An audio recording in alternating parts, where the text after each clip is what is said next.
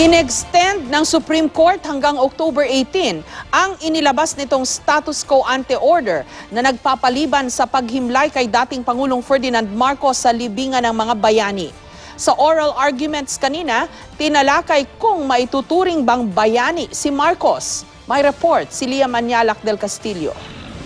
Supreme Court of the Philippines.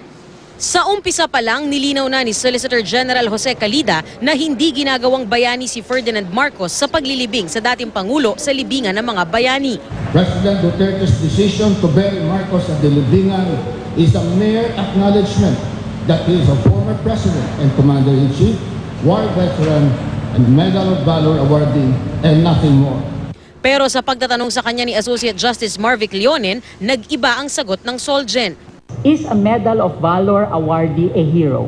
By the definition, Your Honor, he is a hero. So therefore, you are going back against what you said in the comment. But we will set aside that, Your Honor. Ayon sa abogado ng pamilya Marcos, hindi ito ang issue. The issue therefore, at the core of the instant proceedings, is not whether the late President Marcos should be considered a hero by every Filipino. That issue belongs to the heart of every citizen. The legal issue is simply this. In ordering the interment of the late President Marcos at the libingan ng mga bayani, did President Duterte, who is, might I add, also a lawyer, did he commit grave abuse of discretion? We respectfully submit that he did not.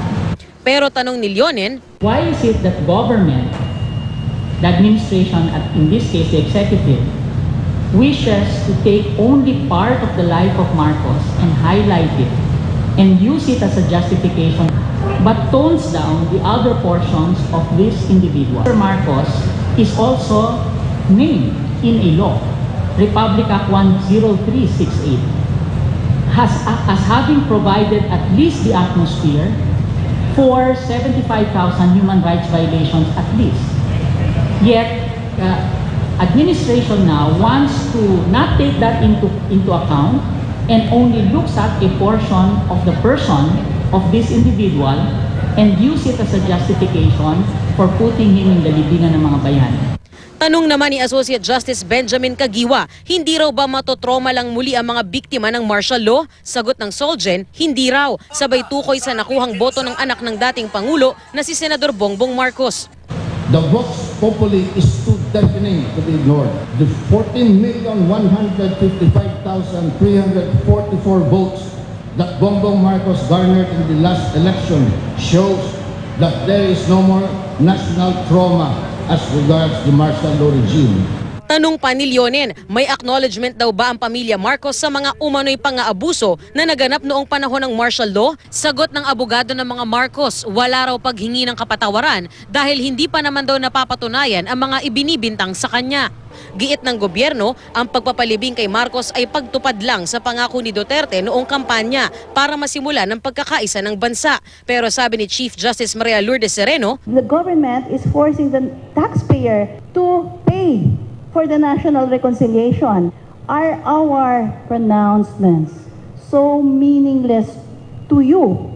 Are they so meaningless that all of them will be set aside so that we can justify under an AFP regulation that is just an administrative issuance by a caretaker of public property?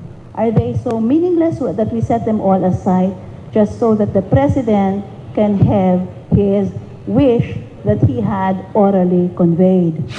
Habang nagaganap ang oral argument sa Korte Suprema, sinabayan ito ng kilos protesta ng mga grupong pabor at tutol sa paghihimlay kay Marcos sa libingan ng mga bayani. Panawagan ng grupong Marcos loyalists, panahon na para paghilumin ng sugat at magkaisa.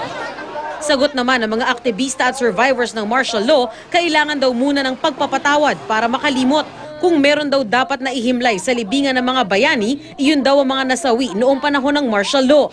Pinalawig naman ng Korte Suprema hanggang October 18 ang nauna nitong inilabas na status quo ante order na mapapaso na sa Lunes. Binigyan ng 20 araw ang magkabilang panig para magsumiti ng memo sa Supreme Court kaugnay ng naganap na oral arguments. Lia Manialac del Castillo, GMA News.